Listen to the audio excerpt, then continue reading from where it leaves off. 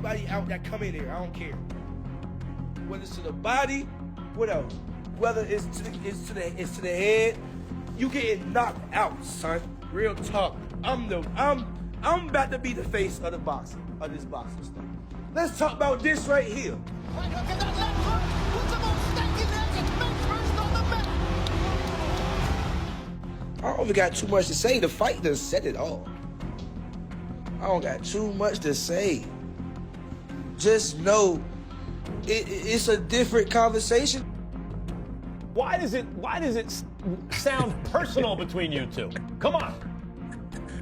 I've been doing this a long time, kid. Let's go. Africa. Ladies and gentlemen, boxing fans around the globe, buckle up because the drama just got turned up to 11, and Gervonta Tank Davis is standing center stage with a microphone in one hand and a metaphorical grenade in the other. Talk about that. I got some more shit. Keep pulling out. Punch so hard. I punch hard, bro. I punch hard. I spit when I punch. Stop playing, son. Damn, I got so much I gotta hang up. Just got to the crib. Stop playing, bro. Punch too hard. Fresh off his absolutely electrifying destruction of Ortiz, Davis didn't just walk out of that ring. He strutted, he swaggered, and he delivered a message so explosive it could shake the entire welterweight division down to its very foundations. Good on his promise of getting a knockout win in his debut at 140 to cement his status as a top player in the division. And I'm going to turn it over to Keyshawn. Well, first things first, all glory to God. Jesus Christ for giving me this win. It's been a long time coming, man.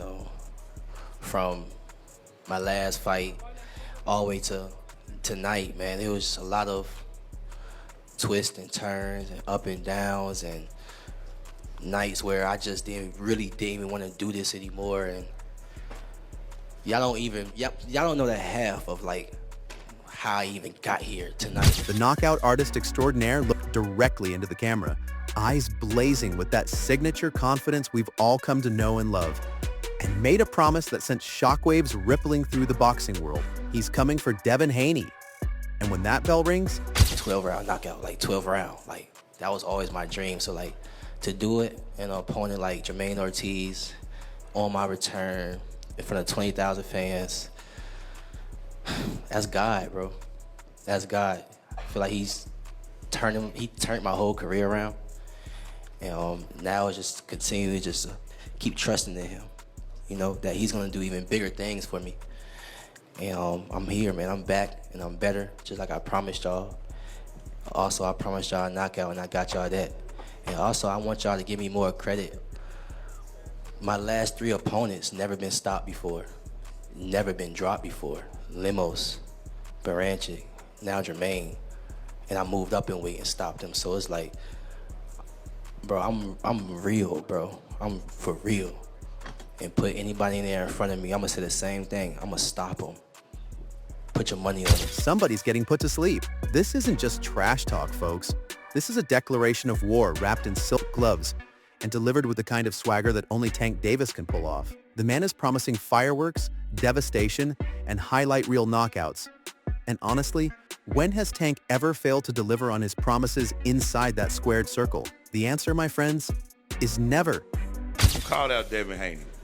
You talked the other day, and I told you what Mickey Bay said about Devin Haney and you fight.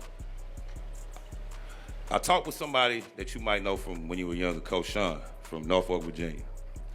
He told me, you know, when it come to fighting, Keyshawn Davis is just a mean little dude.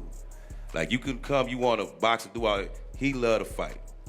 Now, I asked you this about Mickey when it came to Devin Haney. Now that you're taking care of business, how does you and Devin Haney end? How does that fight go? Knockout. Say less. Now, let's break down this absolutely wild situation, because it's got more layers than your grandmother's famous lasagna and twice as much spice. Tank Davis, the lightweight and super lightweight terror who's been systematically dismantling. I'm gonna go to 147, and I'm gonna become a 147 champion.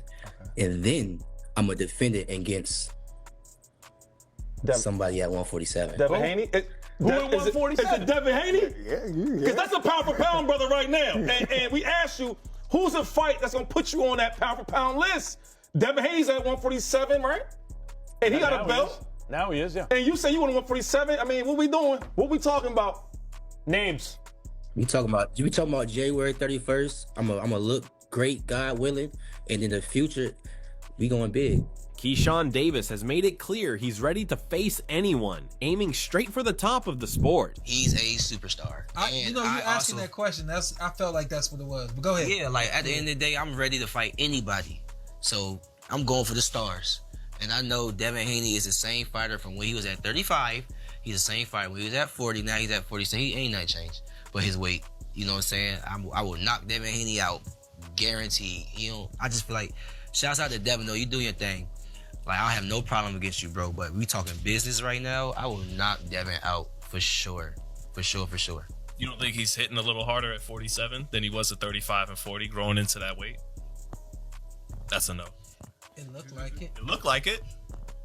It looks to like us, Keyshawn. To me. Let's see how hard I hit January 31st. Opponents, like they're made of cardboard, has set his sights on bigger prey. And that prey happens to be WBO welterweight champion Devin Haney. After demolishing Ortiz with the kind of precision and power that would make a demolition crew jealous, Davis grabbed the spotlight and didn't just challenge Haney.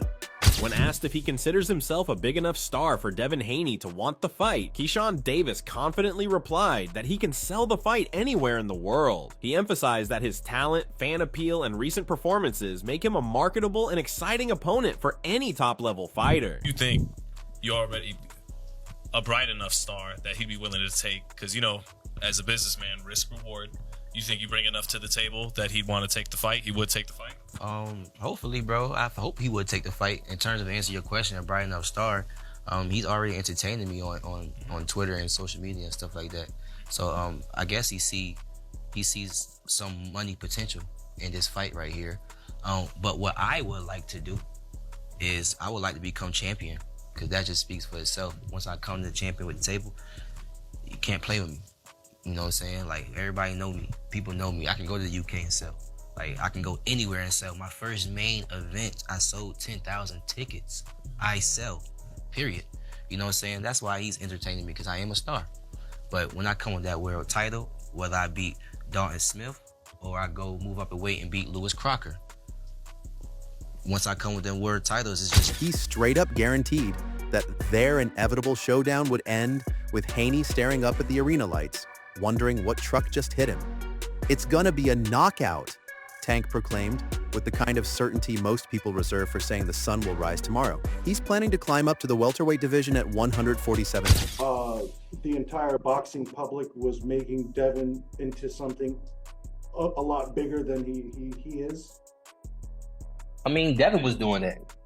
Devin and his father, they was promoting Devin well, in terms of, you know, building his fights, who he was going to fight next to keep his name rolling, making things look like stuff that it isn't, and just saying things that's extraordinary. They was doing a great job promoting Devin, you know, and he was fighting and he was winning. So they was doing everything they could to make him out into the fighter he is today. And hats off to that too. You know, us as fighters nowadays, we got to promote our own selves. So they was doing what they was supposed to do. Where Haney currently sits on the throne, and Tank isn't going there just to compete. He's going there to conquer, to collect another championship belt, and to prove once and for all that his power translates across weight classes like a universal language of pain. But wait, there's more drama brewing in this delicious pot of boxing chaos.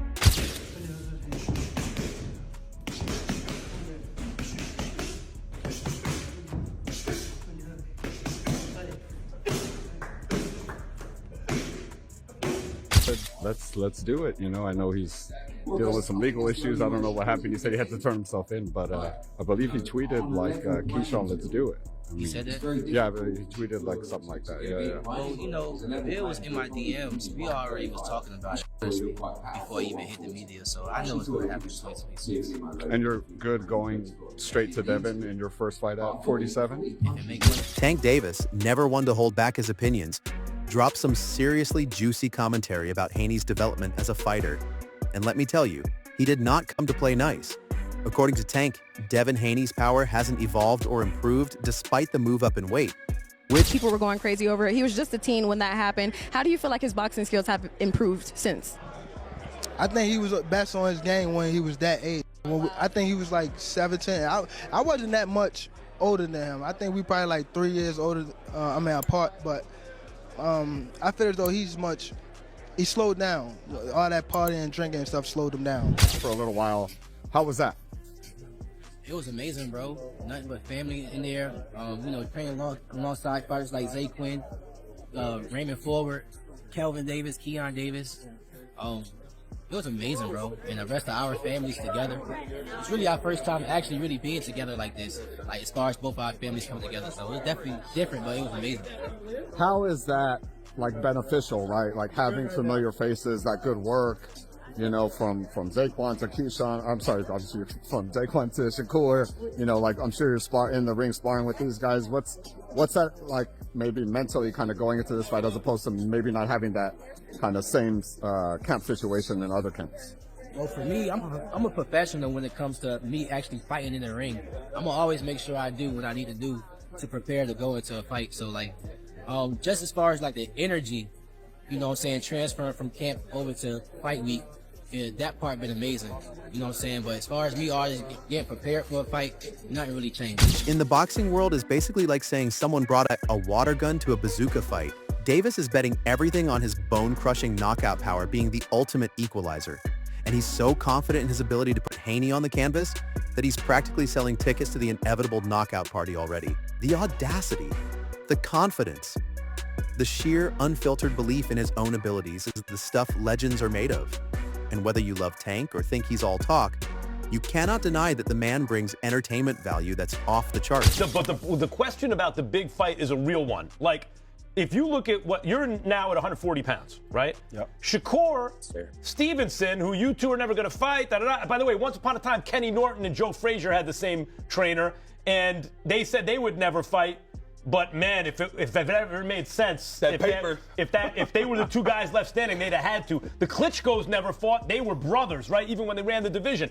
But if Shakur beats Teo, and he is favored to do so, he's the 140-pound champ. And if he stays there for a minute, and that's your division, when the dust settles, if you two are the best dudes, what are you gonna do? Right.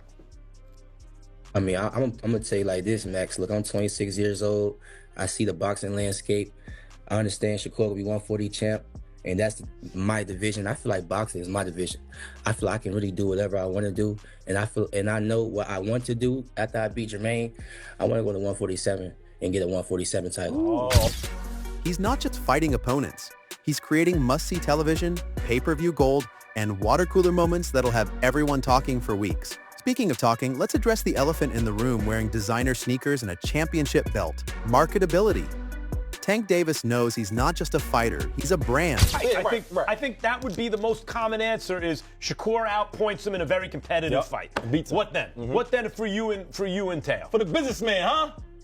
All right, cool. Okay, since you worded it like that, I don't, because I won't go say that. I don't know. Honestly, I don't know what the future holds. I just know what I want to do, and I want to go to 147 and become a champion. Because I just feel like them guys just can't beat me from 140 to 147. And I just feel like, I'm a surprise the boxing world. I'm small. I just moved to 140, and I'm gonna be fighting guys naturally bigger than me, and I'm gonna be stopping them. Knocking them out. I remember. And that's gonna be very entertaining. Yeah, I remember when Floyd Mayweather told me when he was still 130 pounds that he wanted to fight Felix Trinidad. And at the time, that fight never happened. A superstar, a box office attraction that sells out arenas and breaks pay-per-view records like they're going out of style. When he says he's big enough to sell a fight against Devin Haney, he's not bragging without receipts. He's stating facts backed up by millions of dollars in revenue and legions of fans who would pay top dollar to watch him step into that ring. Tank emphasized his talent, his confidence that borders on the supernatural, and his massive fan appeal that turns casual viewers into die-hard supporters. In a sport where selling the fight is sometimes just as important as winning it, Davis has positioned himself as the total package. The situation that's currently going on between Devin Haney and Keyshawn Davis. And when really looking at and assessing this situation, I'm just trying to figure out at the end of the day if Keyshawn Davis really wants the biggest fights in the sport of boxing, or does he just want the biggest headlines? You know, after stopping Jermaine Ortiz Saturday night, Keyshawn Davis immediately calls out Devin Haney in the ring.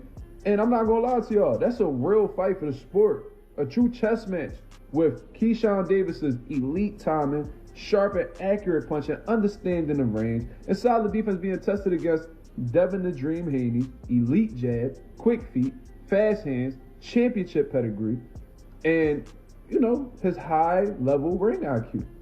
But then, hours later, he's on Shannon Sharp and Ocho Cinco's platform Nightcap, and now, within a few hours, he's saying that this fight has to make sense.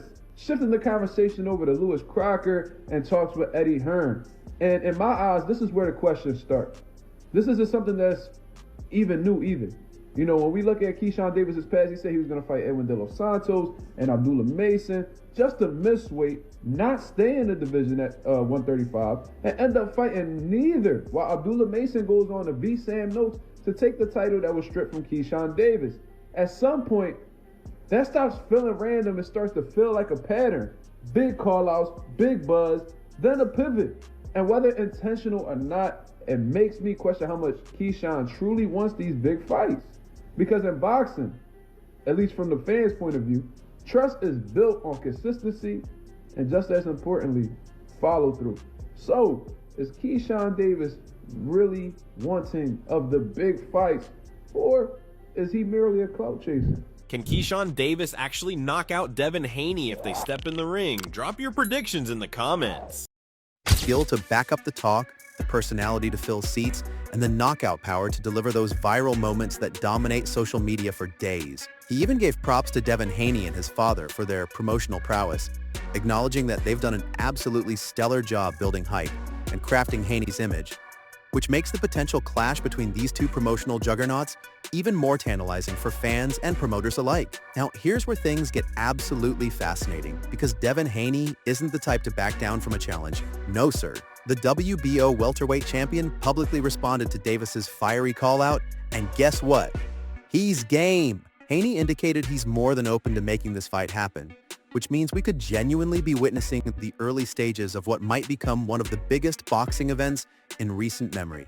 Two undefeated champions, two massive stars with legitimate claims to greatness, both willing to put everything on the line. This is the stuff boxing dreams are made of. But Tank, being Tank, couldn't resist adding another layer of psychological warfare to the mix. He praised Haney's early talent, acknowledging that the young champion showed tremendous promise in his developmental years, but then, and here's where it gets deliciously dramatic, Tank expressed genuine concern that Haney's current lifestyle might be holding him back from reaching his full potential. The partying, the celebrity appearances, the glamorous lifestyle that comes with being a young, successful champion. Tank suggested these distractions might have slowed Haney's progress as a fighter, planting seeds of doubt in the minds of fans and critics alike. Whether this observation comes from a place of genuine concern or calculated mind games designed to get under Haney's skin remains to be seen, but either way, it's absolutely brilliant psychological positioning. Meanwhile, over in Keyshawn Davis's camp, wait, did I mention there's another Davis making waves in boxing? Because there absolutely is, and this one's got his own fascinating story to tell. Keyshawn Davis, no relation to Tank, but sharing that championship DNA nonetheless, has been putting in serious work with some of the sport's absolute elite. The man knows how to keep us watching, talking, and anticipating what comes next. And in the entertainment business that is professional boxing, that ability might be just as valuable as knockout power itself.